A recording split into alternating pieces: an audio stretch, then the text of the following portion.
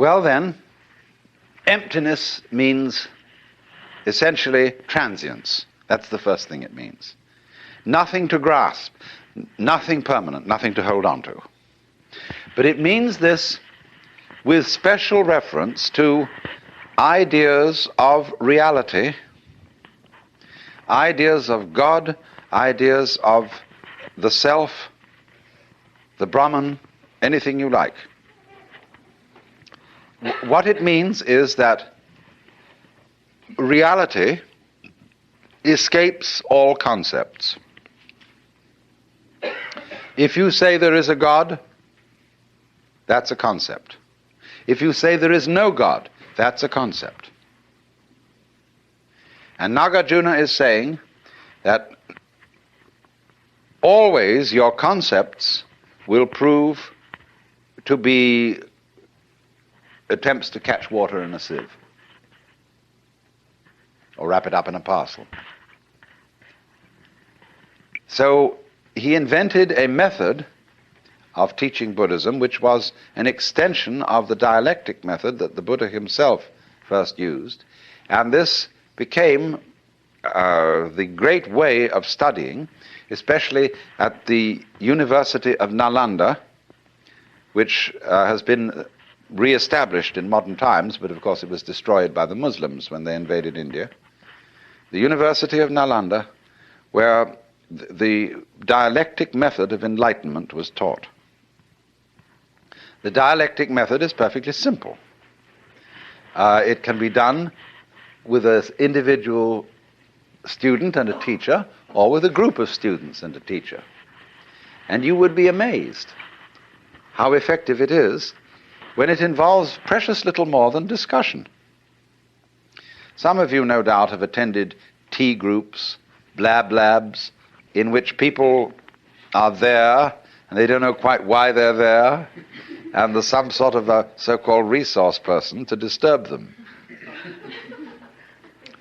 And after a while they get the most incredible emotions, and somebody tries to dominate the discussion of the group, say, and then the group kind of goes into the question of why he's trying to dominate it, and so on and so forth. Well, these were the original blab labs. And they have been repeated in modern times with the most startling effects.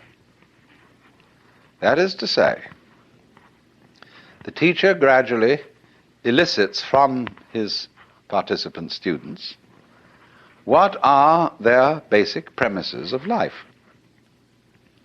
What is your metaphysic? In the sense, I'm not using metaphysic in a kind of a spiritual sense, but what are your basic assumptions? What real ideas do you operate on as to what is right and what is wrong, what is the good life and what is not? What arguments are you going to argue strongest? Where do you take your stand? The teacher soon finds this out for each individual concerned, and then he demolishes it. He absolutely takes away that person's compass.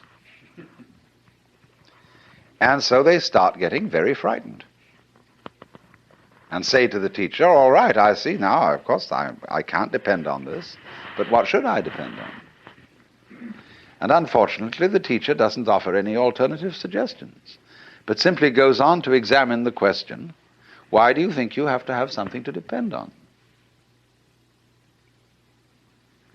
Now, this is kept up over quite a period, and the only thing that keeps the students from going insane is the presence of a teacher who seems to be perfectly happy, but is not proposing any ideas. He's only demolishing them. So we get finally, not quite finally, to the void, the shunya. And what then? When you get to the void, there is an enormous and unbelievable sense of relief.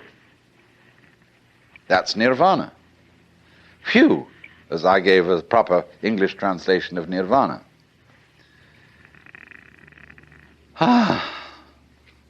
Great. So they are liberated, and yet they can't quite say why or what it is that they found out. So they call it the void. But Nagarjuna went on to say, you mustn't cling to the void. You have to void the void. And so the void of non-void is the great state, as it were, of Nagarjuna's Buddhism. But you must remember that all that has been voided, all that has been denied, are those concepts in which one has hitherto attempted to pin down what is real. In Zen Buddhist texts they say, you cannot nail a peg into the sky.